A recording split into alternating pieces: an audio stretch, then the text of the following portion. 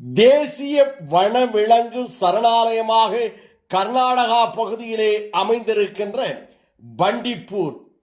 இந்த பண்டிப்பூர் சாம்ராஜ் நகர் மாவட்டத்திற்கு உட்பட்டது. குண்டல்பேட்டை அடுத்து பண்டிப்பூர். தமிழகத்தினுடைய எல்லையாக